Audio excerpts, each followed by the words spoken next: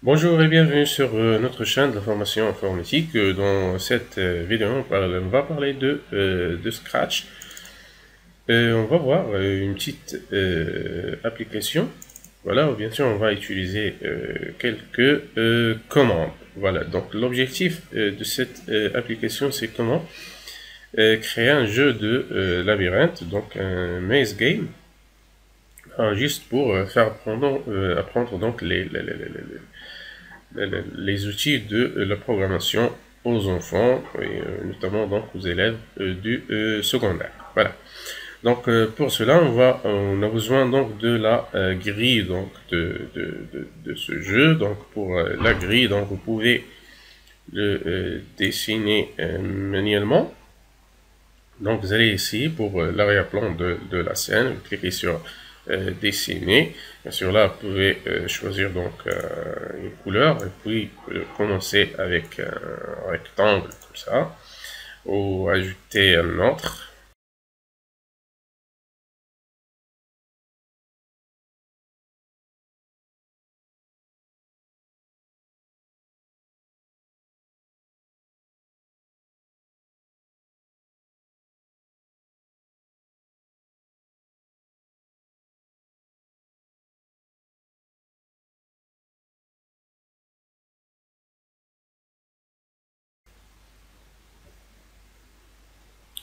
Voilà. Et maintenant vous pouvez utiliser donc la gomme pour tracer donc les chemins. Vous modifiez donc la taille de la gomme. Voilà. Voilà, comme ça. Donc je peux mettre le départ, par exemple ici. On vient là. Ça va être donc le point de départ, donc pour mon chat ou bien notre butin. Et je continue donc à tracer. Donc,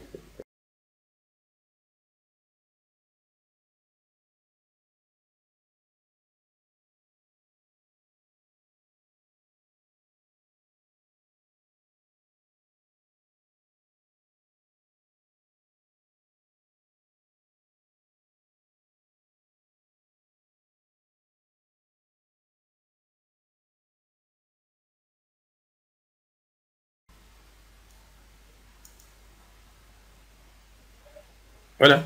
Donc maintenant, j'ai tracé donc la grille de labyrinthe. Donc on peut mettre donc à l'arrivée. Qu'est-ce qu'on peut mettre à l'arrivée? Je peux mettre un n'importe quoi. Je peux mettre un poisson, une souris. Euh, voilà, je vais mettre juste une couleur. Voilà, ça c'est euh, l'arrivée bien sûr.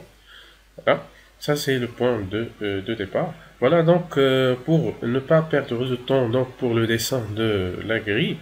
Donc il y a un site web qui permet de générer automatiquement ces grilles de ce jeu. Donc le nom du site c'est Maze Generator. Voilà, c'est ce site-là.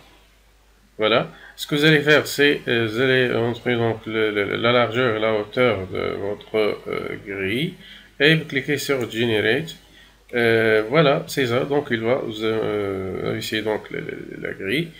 Vous avez le choix donc entre télécharger donc sous forme de PDF, SVG ou bien PNG. Vous pouvez aussi afficher la solution. Donc je vais choisir par exemple image PNG et cliquer sur Download. Voilà donc l'image c'est bien téléchargée. Et pour la solution, vous pouvez donc afficher la solution. Voilà, c'est bien. Voilà, donc c'est très utile donc de télécharger donc la grille à partir d'ici et l'importer à Scratch. Voilà, donc l'image c'est ça. Voilà, donc vous pouvez mettre ça comme arrière-plan sur Scratch. Voilà, donc c'est à partir d'ici, importer un arrière-plan à partir d'un fichier et puis choisissez donc le fichier à insérer et vous validez. Et voilà. Donc ça c'est la grille donc de l'arrière-plan. Vous pouvez juste donc utiliser donc la taille convenable. Voilà, vous pouvez modifier la taille de la grille donc sur voilà, sur l'arrière-plan comme ça, ainsi de suite. Voilà, vous pouvez, et voilà, si vous n'avez pas donc perdre de temps dans le dessin donc de la grille. Voilà. Dans notre cas, on va juste utiliser cette grille simple. Donc maintenant, passons au code. On va utiliser donc ce lutin, donc le chat. Donc le chat doit être donc au début de jeu sur le point de départ. On va réduire un peu la taille du chat, voilà, pour pouvoir déplacer donc le chat à l'intérieur de ces traits. Voilà, je vais réduire encore un peu. Voilà. Voilà. Maintenant, passons au code. Bien sûr, au départ, le chat doit se placer donc sur le point de départ. On va calculer donc les coordonnées de ce point. Bien sûr, vous voyez ici X et Y. Donc le point de départ va être ici par exemple. C'est moins, je peux mettre moins 80, moins 140. Moins 80, moins 140, ça veut dire au départ, on doit aller à moins 80, puis moins 140. Voilà, là. Ok. Je vais choisir un déclencheur de mouvement. Donc je peux mettre le drapeau. Et voilà. Maintenant, on va passer aux programmations des touches clavier. Bien sûr, on va utiliser les touches des directions. Donc flèche droite, flèche gauche, flèche haut et flèche bas. Donc comment Scratch donc va savoir que j'ai appuyé sur une touche donnée. Donc je vais utiliser des conditions, voilà, donc le contrôle ici. Et puis des capteurs, voilà, capteurs de touches. Dans la catégorie capteur, on a cette commande-là, touche, espace pressé, ou bien on va utiliser n'importe quelle touche. Donc je vais commencer par la flèche droite. Flèche droite, je vais mettre ce capteur donc comme condition, voilà, et puis je vais essayer donc d'utiliser les autres touches de déplacement. Donc si je veux déplacer vers la droite, donc je vais, bien sûr, ça va changer la valeur de X, c'est l'abscisse, donc changer de valeur, donc je vais utiliser la commande ajouter AX, comme ça. Mais pour se déplacer donc à la droite, on doit tout d'abord s'orienter 90 degrés. Voilà. Ajouter. Et pour avoir une animation donc réelle, donc on va utiliser les costumes. Donc costume suivant. Donc pour avoir donc des animations réelles, des marches réelles donc pour le chat ou bien notre lutin. Ensuite, lorsqu'on va faire déplacer le chat donc à droite, il va donc passer sur les traits.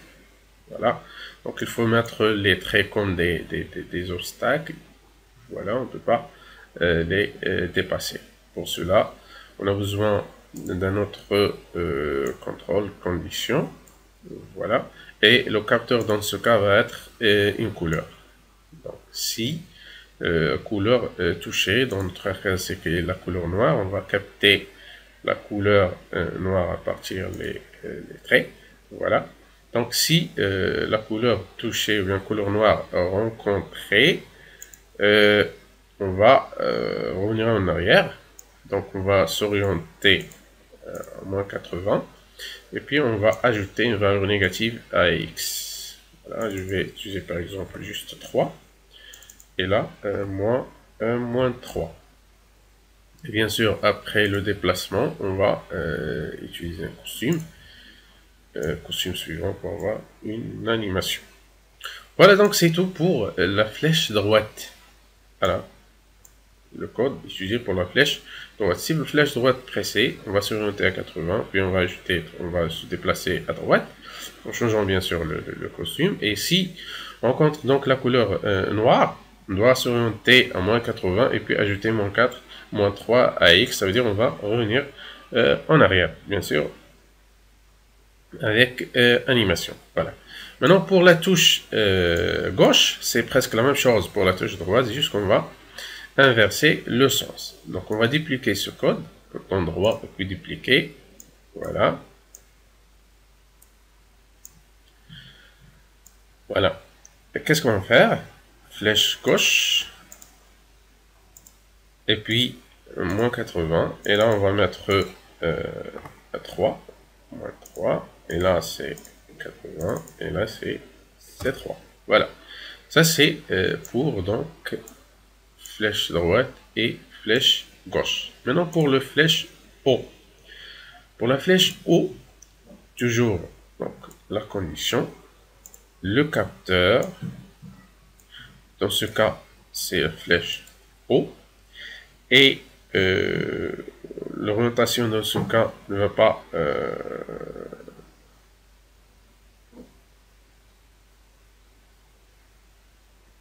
avoir donc un effet sur le déplacement. On va juste changer la valeur de Y dans ce cas, puisque les ordonnées des points qui vont changer. On va utiliser ajouter 3 à Y. La même chose pour l'animation, on peut utiliser le costume suivant comme on peut pas utiliser. Si vous voulez, donc, vous pouvez utiliser donc costume suivant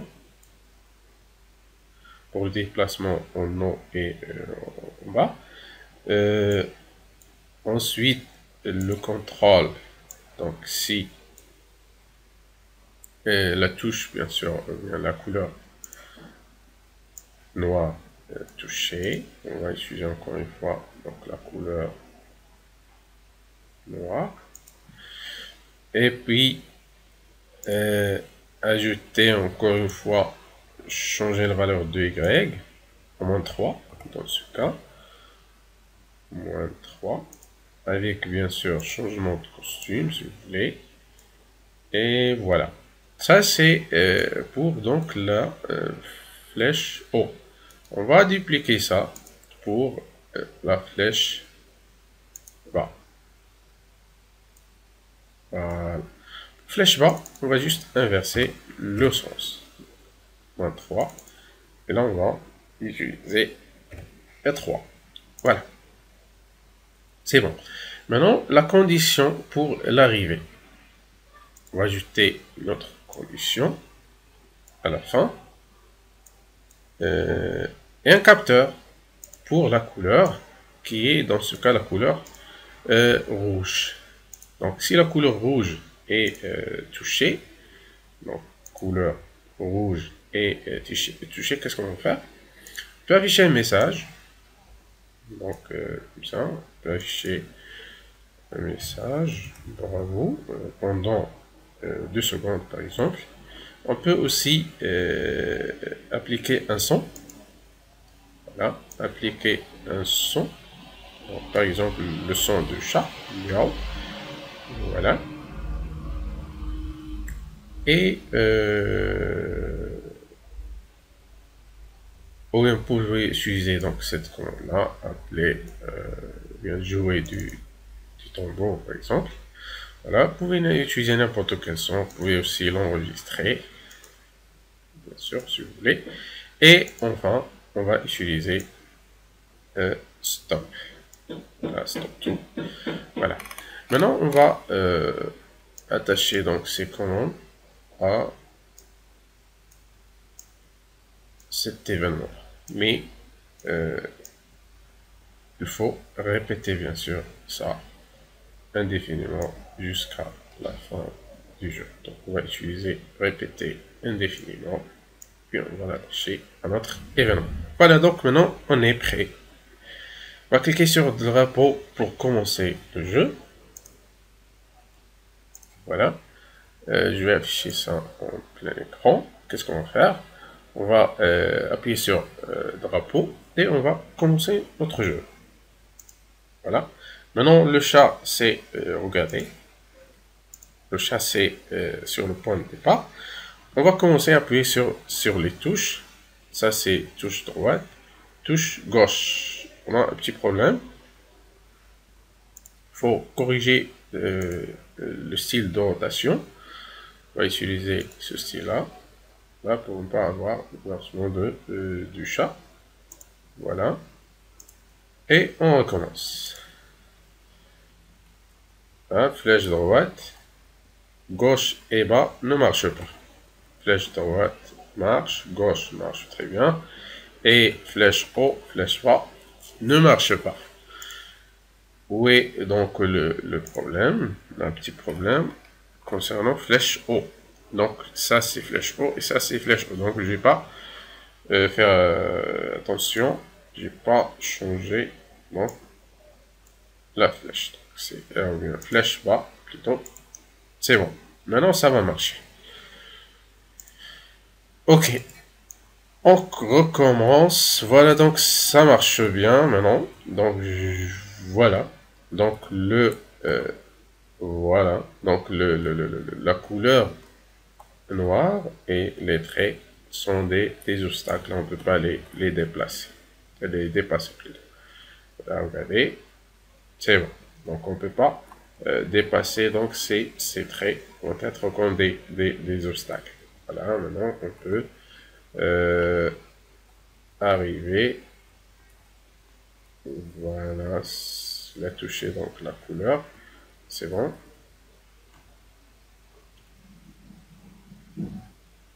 Et voilà. Voilà, donc c'est simple comme vous avez vu pour créer donc ce jeu simple. Bien sûr, si vous voulez avancer dans ça, vous pouvez créer des niveaux, des autres arrière-plans avec plus de difficultés, bien sûr. Mais ça, c'est la base, bien sûr. Merci, donc c'est la fin de cette vidéo. En attendant donc les autres vidéos concernant plus d'applications donc avec Scratch. Merci et à la prochaine vidéo.